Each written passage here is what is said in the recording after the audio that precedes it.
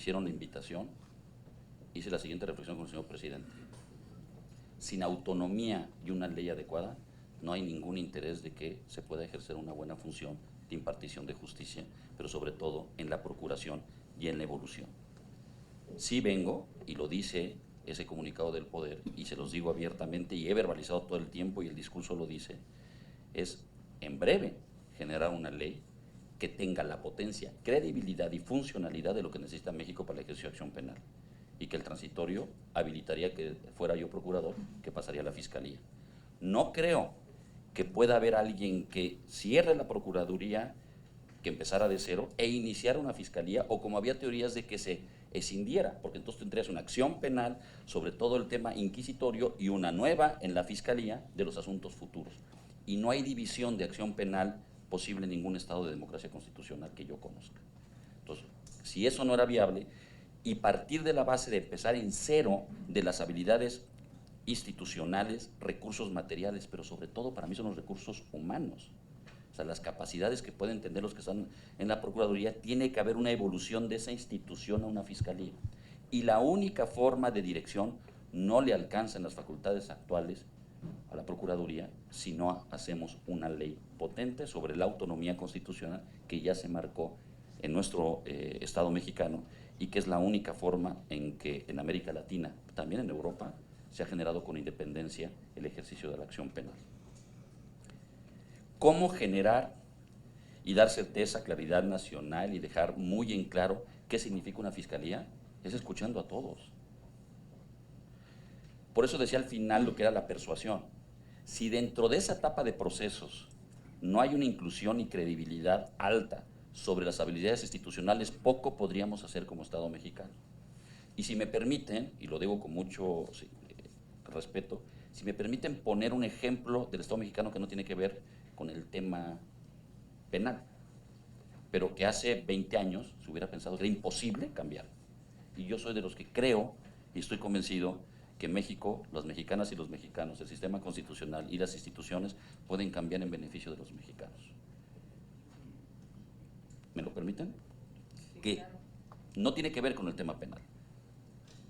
El SAT, cuando se creó, había una subsecretaría de ingresos, recaudaba muy poco, con su procuraduría fiscal perdía el 90% de los juicios, las capacidades del Estado de poder aumentar los contribuyentes era mínima, y vivíamos en un halo, por décadas, en un halo en el que se pensaba que no había capacidad de Estado real, y venía desde el siglo XIX de capacidades de poder recaudar. Desde el XIX era la iglesia, por el diezmo, y en el XX ¿no? era una barbaridad. Se separa de la Subsecretaría de Ingresos y se crea este órgano del SAT, que por cierto fue criticado, porque le dejaron como cabeza al subsecretario, como jefe del SAT y subsecretario de Ingresos. Se empezó a construir lo que significaría el servicio de administración tributaria. En el 2000, que se trajo un magistrado del Tribunal Fiscal, hoy del Tribunal Fiscal y Justicia Administrativa, antes Tribunal Fiscal, y después se puso un ingeniero. Y una alta crítica dentro de Hacienda, el ingeniero no llevaba la política económica, se la llevaba el secretario de Hacienda. La política de ingresos la llevaba un economista que estaba en la subsecretaría de ingresos. Pero el ingeniero construyó los procesos y la manera de integrar a todos los contribuyentes, que nos llevó del 2000 al 2006. El 2000 recaudábamos 800,000 millones de pesos, hoy 4 punto pico de billones. Aumentó la capacidad para poder generar mayores contribuyentes, y la Procuraduría Fiscal, de ganar el 10, hoy gana el 90% de los juicios y pierde el 10. Y todo eso es un tema de procesos, cambio de ley, modificación institucional. Si lo hubieran dicho a los mexicanos hace 20 años, hubieran dicho, no hay manera. Y podría poner otros, Banco de México en su momento en política monetaria, que funcionó. Y esas instituciones funcionan mucho más allá de la cabeza. Por eso yo afirmo, independientemente de la responsabilidad que significa encabezar un tema de esta naturaleza, es que yo sí creo en las transformaciones de las instituciones, y solo sucede, y por eso es tan importante nuestro, bueno, ya no, pero hasta el día de ayer nuestro trabajo como legisladores. México tiene el enorme reto, como dijo usted, de cambiar las instituciones a través de las reformas legales, y después el Ejecutivo en transformarlas y llevar a una realidad.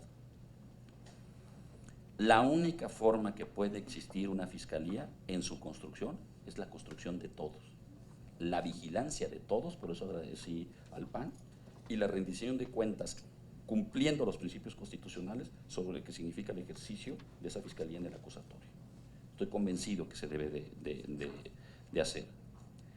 También comprendo que este nombre, me encanta mi concepto de hermenéutica artificial, me sale lo académico, pero este paradigma en donde una sociedad, el cambio de paradigma significa que una comunidad científica evoluciona a otro concepto y que todos se transitan y después creen en esa nomenclatura, en esa hermenéutica artificial evolucionar. Hoy yo no tengo duda de quién entendamos qué es los derechos humanos. Lo que tengo es una enorme confianza que va a ser progresivo y que los derechos que no existían hace 20 años, hoy es impensable que no los tuviéramos, y por eso es la progresividad de los derechos humanos. Entonces, cuando hablamos de la Fiscalía Especializada, yo les pediría que no lo pensemos como están, porque las Fiscalías Especializadas actuales son nada más un cambio también de nomenclatura, pero no tienen las capacidades de investigación real científica previa.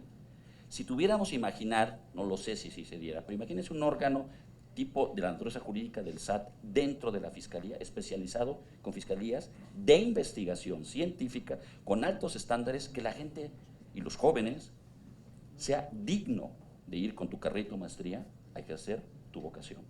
Hoy le podré decir que hay gente en el SAT que con maestrías, aun y cuando tengan propuestas de grandes despachos, prefieren trabajar ahí, porque dignifica, les da una capacitación, entienden los fenómenos, por ejemplo, del lavado de dinero a nivel mundial. Yo ubicaría agentes de investigación de esa naturaleza en ese órgano, porque la Fiscalía Especializada tendría que ver es qué especialidad tienes en la investigación, con qué capacidades multidisciplinarias se construye, y no como hoy le hacemos.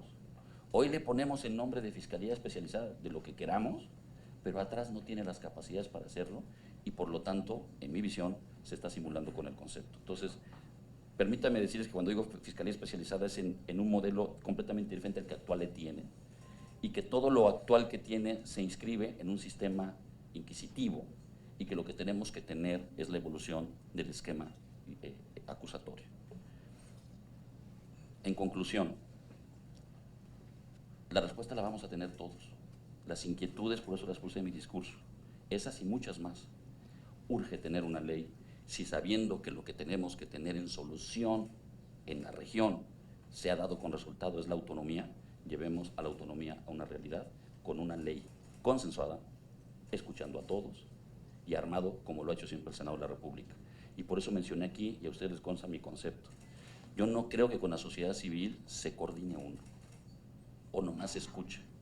En esta mesa fui presidente de puntos constitucionales, y no lo dije yo, se calificó hacia afuera, y también principalmente de mis senadoras y senadores, la forma de hacer la dictaminación en transparencia.